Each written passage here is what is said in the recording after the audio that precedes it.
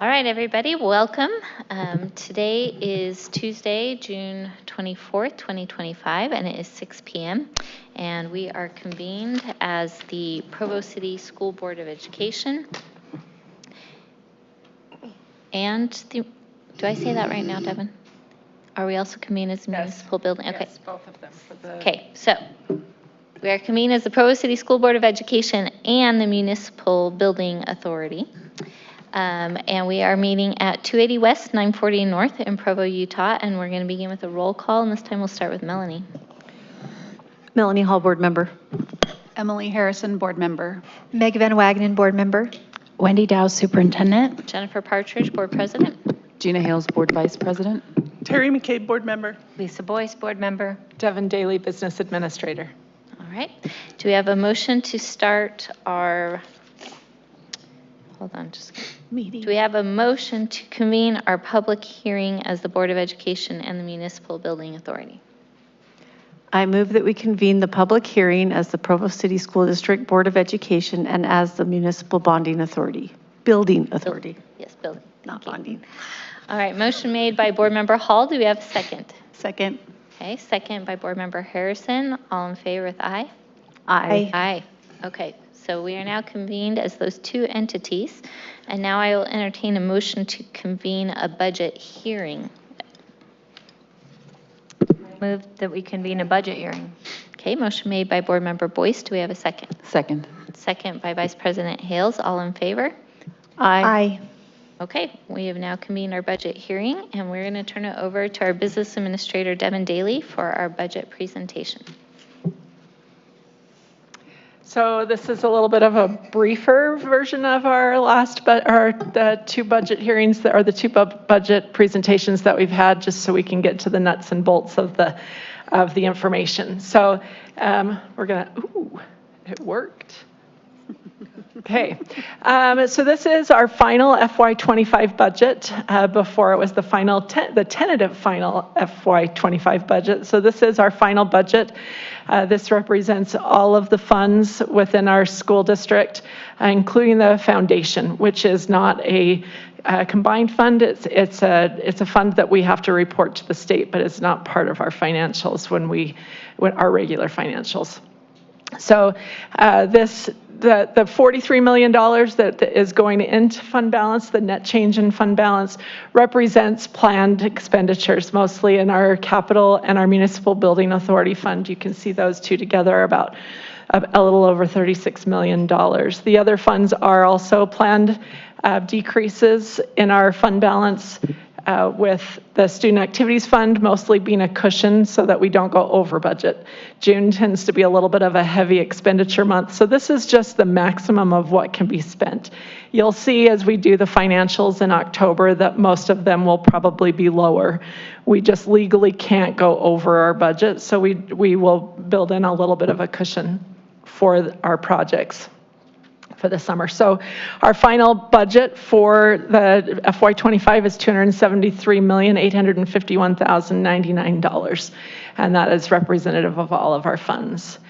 So as we were going through a lot of our budget preparation for FY26, we went through a lot of the planning of different things. So we have to go through negotiations or meet with our associations regarding pay for the next year. Plus we had some significant budget challenges with a 4% increase in the WPU. That really represents only about $2.5 million in non-restricted funding for the state. There were other funding sources that also went up the 4%, but that was special ed and CTE and class size reductions, some of those above the line in our budget items. So you have the above the line, which is the minimum school program, and below the line, which is really some of those restricted programs like transportation, trust lands. Those are not impacted by the WPU increase. those increases are done separate. We had a 30% increase in our insurance cost. That was a significant amount. That was more than what the WPU created for us. And so we really did a little bit of a hybrid approach. We increased the cost for the district and employees. Plus, we did a transfer of some of our additional interest revenue that we received in FY25 to help smooth that so there wasn't quite as big of an increase. So that helped a lot with the overall package. There's about 150% increase in our substitutes over the last 4 years. We have a pretty generous leave policy for our teachers and our employees. And so and plus subs have just gotten more expensive. We are working on starting a new contract this year with EduStaff. They were the lowest bid when we did our RFP this spring. So we'll see how that goes. We don't know what that will look like in the end. Plus, we have a lot of those expensive programs. We run a lot of great programs that are really beneficial within our schools. And that is something that we will spend this next year looking at and evaluating. We talked about, this is the longer one. The shorter one didn't get put. We'll go with we'll skip a few. So with all of that, once we did the increases with the associations, we talked a lot about how we're still trying to close that salary gap between the districts that are on either side of us. And so we got part of the way there. Getting all the way there in 1 year is really a challenge, and we want to make sure that we can do it fiscally responsibly and not impact taxpayers too much. But this year we will be doing a truth in taxation. We needed about $4 million additional to cover those insurance costs, additional costs in our subs, plus the additional costs in our teachers' salaries. But we, again, are very mindful of that impact, and so we try to lessen the impact every year.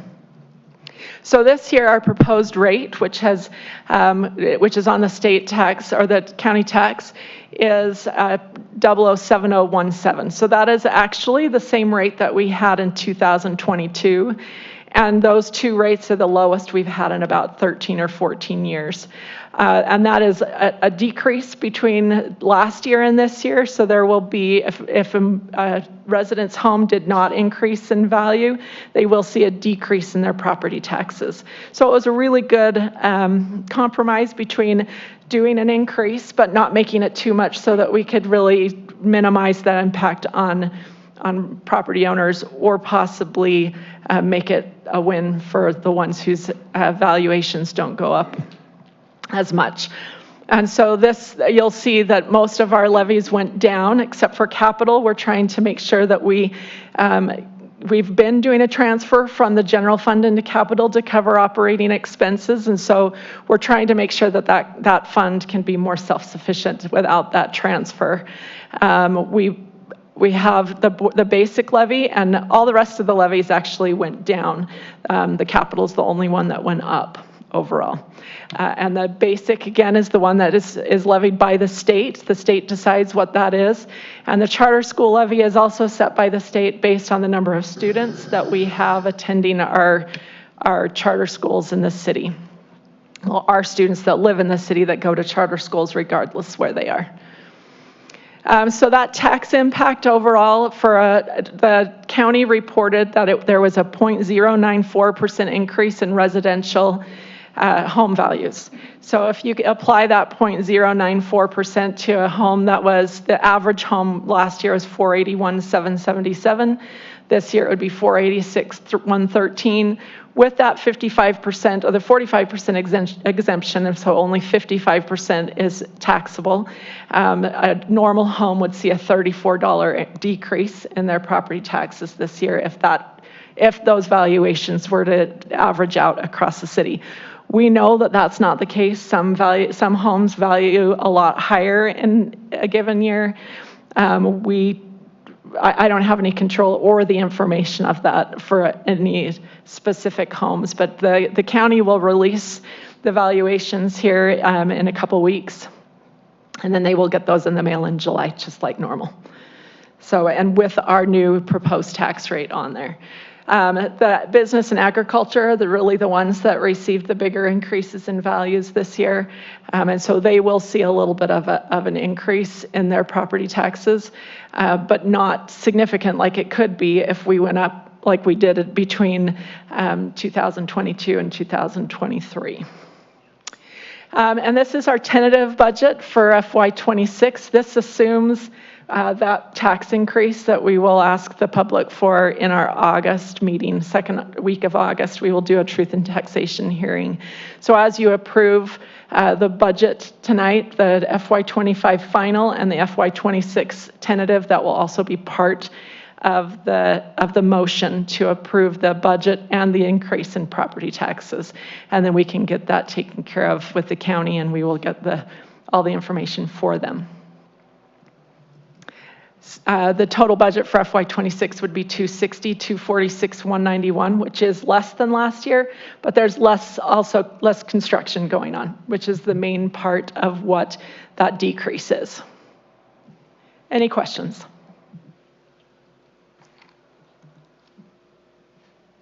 No question. We must have been talking about this for... We've been talking about it for a couple months now, so I don't think it's a surprise to anybody, but we want to make sure that the public, those that are watching or those that are interested and want to watch later, that they understand what that looks like.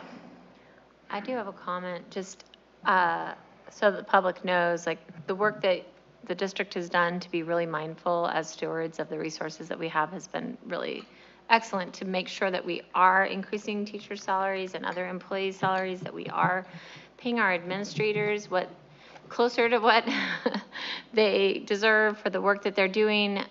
We really want to retain experienced teachers here in Provo. That's a priority. We know that's that's one thing that will really help us move the needle in terms of our students learning.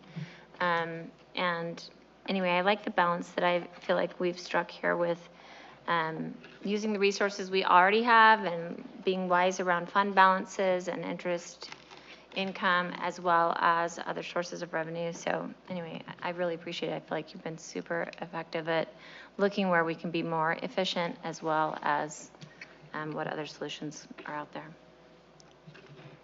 Any other comments or questions?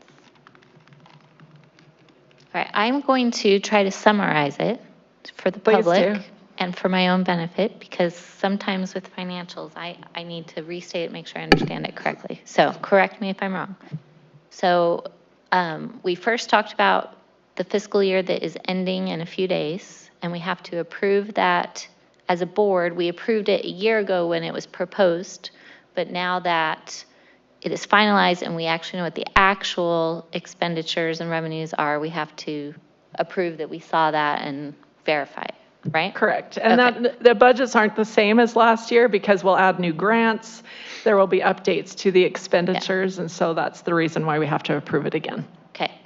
And then we also talked about this upcoming school year's budget, fiscal year 26. And on that, if we didn't do anything as a board, rates naturally would go down because property values have gone up. Correct. And we'd be bringing in the same amount of money with that lower rate.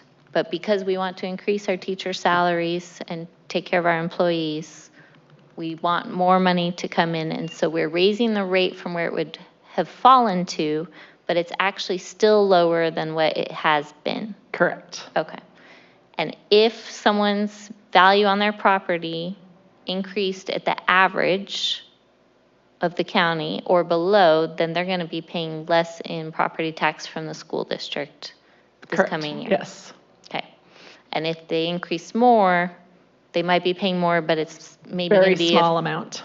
depending on the value of their home, a few dollars a month. Correct. If that. Okay. Did we get that? Okay. Okay. Thank you for making sure I got that right. So. You're welcome. All right. So that concludes the budget presentation portion of our budget hearing. And now, as by law, we have the opportunity for the public to give input on specifically the budget. So for our members of the public, we appreciate you being here tonight. If anyone would like to give input on the budget, now is the time to do so. And if you want to give input on something else, we will close this hearing in a few minutes, and then we will begin our business meeting, which is the opportunity to talk about anything else. And either way, we have forms for you to fill out. So is there anyone who is here to give public input on our budget? All right, seeing none, we will close that portion of the meeting. We talked about it in a hearing, but we actually vote on it in the business meeting. So now I would like a motion to adjourn our budget hearing. I move that we adjourn the budget hearing and the municipal building authority hearing. Okay, motion made by Vice President Hales. Do we have a second? I'll second. Second by Board Member Van Wagenen. And I guess we don't usually second and adjourn, but there we go, sorry. Okay, we are now adjourned from that public hearing and as the Municipal Building Authority. And now do we have a motion to convene our business meeting? I move that we convene the business meeting. A motion made by Board Member Van Wagenen. Do we have a second?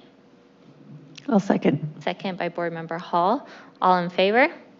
Aye. Okay. Welcome to our business meeting. We are going to begin with the Pledge of Allegiance, and we'll be led in that by Caleb Price, our Director of Communications and PR.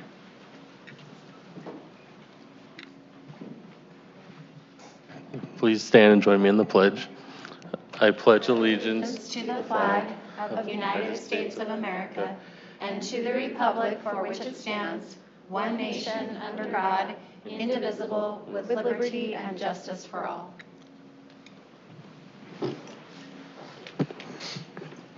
All right, thank you, Caleb. We are at our community connections portion of the meeting, and this is the opportunity for the public to give input. Do we have anyone here to give public input tonight?